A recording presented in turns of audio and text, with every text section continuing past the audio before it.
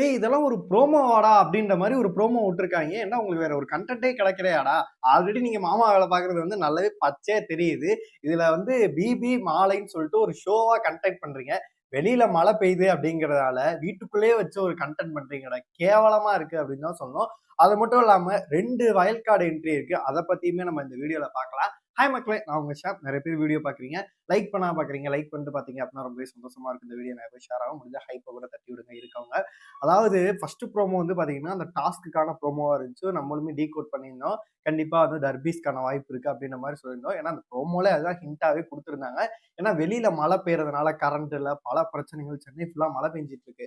அதனால வந்து வெளியில வந்து பார்த்தீங்கன்னா, ஒரு ஷோ வந்து நடத்த முடியாது. வெளியில வந்து செட் போட்டு இவங்க ப்ராப்ஸ் எல்லாம் ஏற்படுத்தி ஒரு இது கண்டக்ட் பண்ண முடியாது. அதனால வீட்டுக்குள்ளே என்ன வச்சு பண்ணலாம் அப்படின்றதுக்காண்டி தான் பார்த்தீங்கன்னா, அந்த வந்து ஒரு டாஸ்க் வந்து குடுத்துருக்காங்க. இது ஃபர்ஸ்ட் சீசன்லலாம் இந்த டாஸ்க் வந்து பார்த்தீங்கன்னா, உண்மையிலே வேற லெவல்ல இருந்துச்சு. நெறைய டைம் வந்து சூப்பராவும் இருக்கும் அப்டின்னே சொல்லலாம்.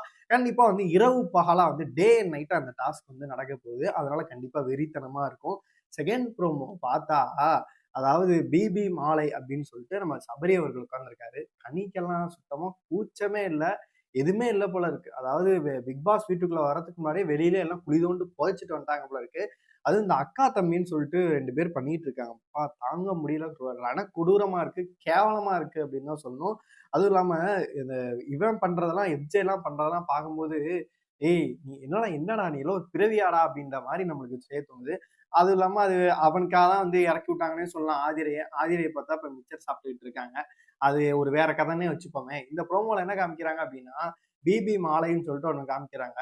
தன்னோட தம்பிக்காக வந்து பார்த்தீங்கன்னா, கனி அவர்கள் வந்து ஒரு பொண்ணு பார்க்குறாங்க. அதாவது அவங்க தம்பி வந்து கடலைன்னா அவருக்கு ரொம்ப பிடிக்குமா. கடலைய வறுக்கிற மாரி ஒரு பொண்ணு வேணுமா. இதுக்கு உடனே சபரி சொல்றாரு, அது கடலை சட்னி செஞ்சு குடுக்குற ஒரு பொண்ணு இருந்தா, கடமை தவறாம ஒரு கணவனா இருப்பாருன்னு சொல்ல வரீங்களான்னு கேட்டதுக்கு ஆமாங்கிறாங்க.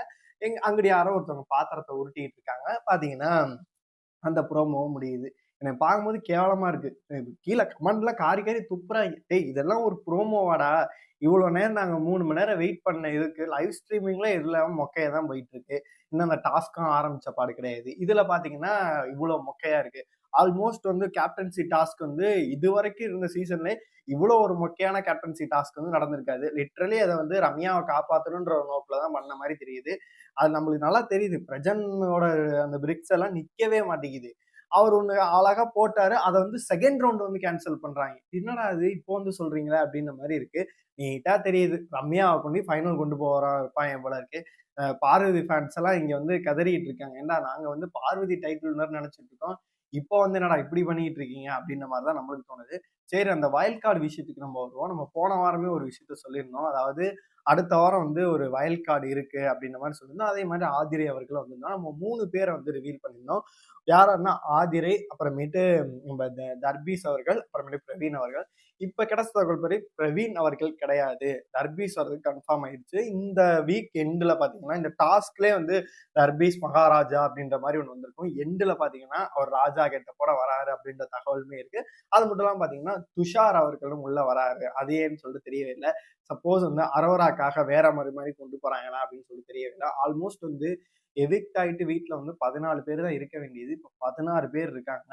இப்ப இன்னும் ஒரு 2 பேர் வந்தாங்கன்னா, ஆல்மோஸ்ட் 18 பேர் ஆயிரும். முதல்ல இருந்து தொடங்குற மாரி தான் இருக்கும். இந்த ப்ரோமோவ பார்க்கும்போது உங்களுக்கு என்னென்ன துப்பணும்னு தோணுதோ, மறக்காம கமெண்ட் பாக்ஸ்ல துப்புங்க.